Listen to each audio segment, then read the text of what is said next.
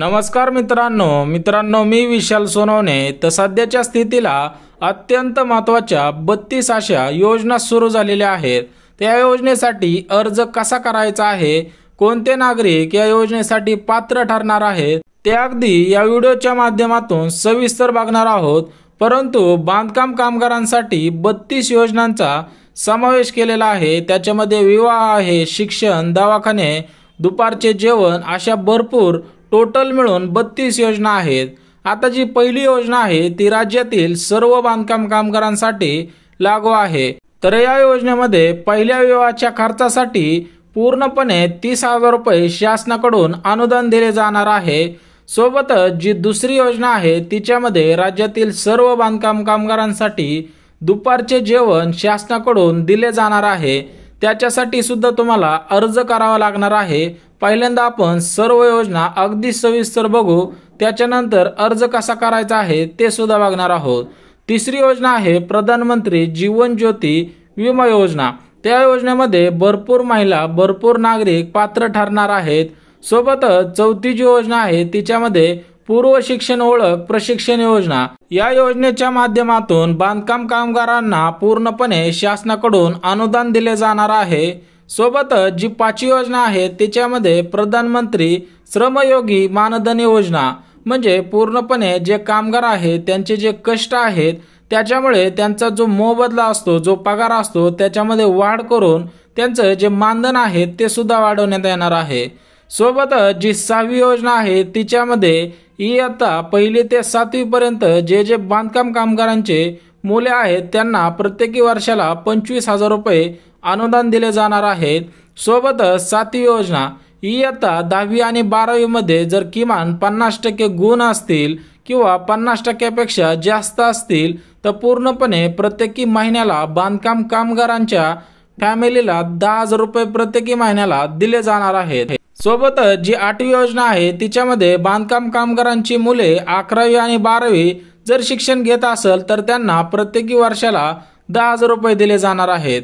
जी 9वी योजना आहे तिच्यामध्ये बांधकाम कामगारांच्या मुलांची जर ग्रॅज्युएशन झाले असेल तर त्यांना प्रतिवर्षी 20,000 रुपये दिले जाणार आहेत। हे पूर्णपणे बांधकाम कामगारांच्या पत्नीच्या नावावरती येणार आहेत।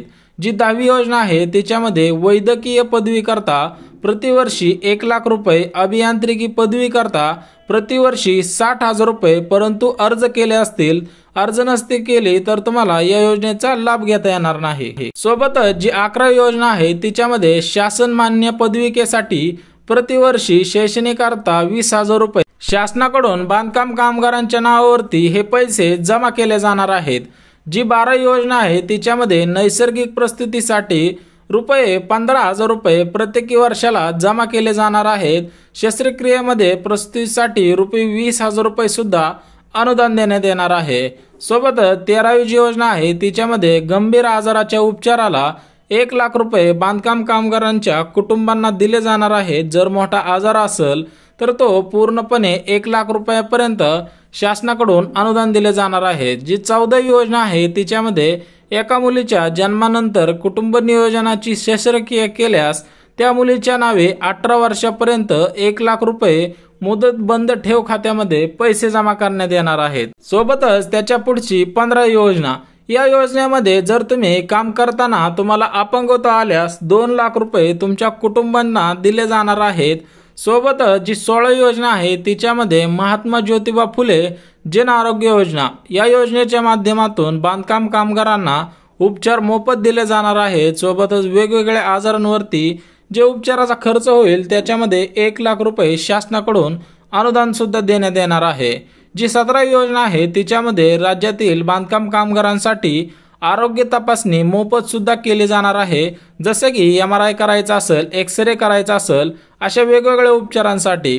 सोबतच जी 18वी योजना आहे तिच्यामध्ये कामगाराचा जर काम करत असताना मृत्यू झाला त्याच्या कुटुंबांना 5,00,000 रुपये शासनाकडून अनुदान सुद्धा देण्यात येणार आहे। त्याच्यामुळे तुम्हाला या योजनेचा सुद्धा अर्ज करावा लागणार आहे।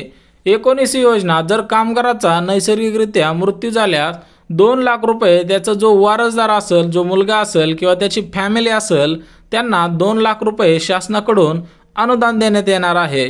त्याच्याच पुढची 20वी योजना, तर या योजनेमध्ये तुमचे जर घर अजून बनले नसेल तर त्याच्यासाठी शासनाकडून अनुदान सुद्धा देण्यात येणार आहे। त्याच्यामुळे तुम्ही पूर्णपणे या सर्व योजनांचे फॉर्म भरायचे आहेत। आता आपण 20 योजना बघितल्या, परंतु त्याच्या आधी बघा तुमचं वय आहे का या योजनांसाठी पात्र ठरण्यासाठी।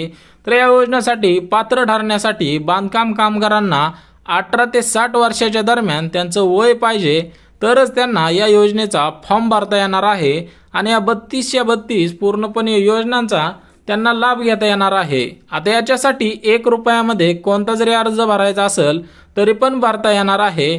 त्याच्यामुळे शासनाने दिलेल्या माहितीनुसार तुमचं वय हे 18 ते 60 वर्षाच्या दरम्यान असलं पाहिजे, अन्यथा तुम्हाला या योजनांमध्ये लाभ दिला जाणार नाही। कारण शासनाने बांधकाम कामगारांसाठी मोफत भांडे संच सोबतच वेगवेगळ्या योजना जसं की घर असेल, शिक्षण असेल, मोफत विवाह असेल, अशा वेगवेगळ्या योजनांचा लाभ देण्याचं घोषित केलेलं आहे। त्याच्यामुळे 1 रुपयामध्ये ऑनलाईन अर्ज करायचा आहे, तरच तुम्हाला याचे पैसे मिळणार आहेत। आता अर्जदाराचे कामाचे दिवस किती भरले पाहिजेत, तर कामगारांनी मागील 12 महिन्यांमध्ये म्हणजे सरासरी 1 वर्षाच्या आतमध्ये कमीत कमी 3 महिने म्हणजेच 90 दिवस काम केलेलं असावं, तरच या योजनेचा लाभ घेता येणार आहे। वर्षामध्ये तुम्हाला 90 दिवस भरवायचे आहेत आणि त्याचं सर्टिफिकेट तुम्हाला तिथं जोडून द्यायचं आहे। जर तुम्ही 90 दिवस काम केलं नसेल तर तुम्हाला या योजनांचा लाभ घेता येणार नाही, कारण या योजना फक्त बांधकाम कामगारांसाठी आहेत। आता बांधकाम कामगार योजनेचा अर्ज कुठे करायचा, त्या योजनेचा अर्ज ऑनलाईन पद्धतीने करायचा आहे। तुम्हाला बांधकाम कामगारांची जी ऑफिशियल वेबसाईट आहे त्या वेबसाईटवरती जाऊन अर्ज करायचा आहे। जर तुम्हाला मोबाईलवरती भरायला जमत नसेल तर तुम्हाला जवळच्याच माही सेवा केंद्र असेल किंवा नेट कॅफे असेल तिथे जाऊन हा अर्ज करायचा आहे। तुम्हाला सांगितलेली जी कागदपत्रे आहेत ती सुद्धा अगदी एकदा आपण बघून घेऊयात। त्याच्यामध्ये तुम्हाला लागणार आहे ते महत्त्वाचं म्हणजे आधार कार्ड, सोबतच रहिवासी दाखला, तुमच्या गावातील पोलीस पाटील किंवा सरपंच, सोबतच पॅन कार्ड लागणार आहे। जर रेशन कार्ड पिवळे किंवा केसरी असेल तर ते सुद्धा जोडून द्यायचं आहे। जे 5वं कागदपत्र आहे ते म्हणजे तुम्ही सध्याच्या स्थितीला कुठे राहत आहात याचा पुरावा द्यायचा आहे। सोबतच 90 दिवस काम केलेले सर्टिफिकेट, नोंदणी अर्ज आणि आपला 10 अंकी मोबाईल नंबर। आता 90 जे कागदपत्र आहे त्याच्यामध्ये उत्पन्नाचा दाखला लागणार आहे, जो तुमचा 2.5 लाखांपेक्षा कमीचा असावा। सोबतच आपल्याला मतदान कार्ड सुद्धा पाहिजे। 11वं म्हणजे बँक पासबुक, नॅशनल बँकेचं खातं पाहिजे, 2 पासपोर्ट साईज फोटो पाहिजे, जन्माचा दाखला आहे, परत तुमचं कामगार प्रमाणपत्र, 90 दिवस काम केलेलं। आता हे घोषणापत्र तुम्ही ज्यावेळेस फॉर्म भरता तिथंच तुमची स्वाक्षरी घेऊन तुम्हाला पूर्णपणे फोटो चिटकून तुमचा स्कॅनिंग करून अर्ज भरला जाणार आहे आणि कायमचा पत्ता। जर माहिती आवडली तर नक्की चॅनलला सबस्क्राईब करा।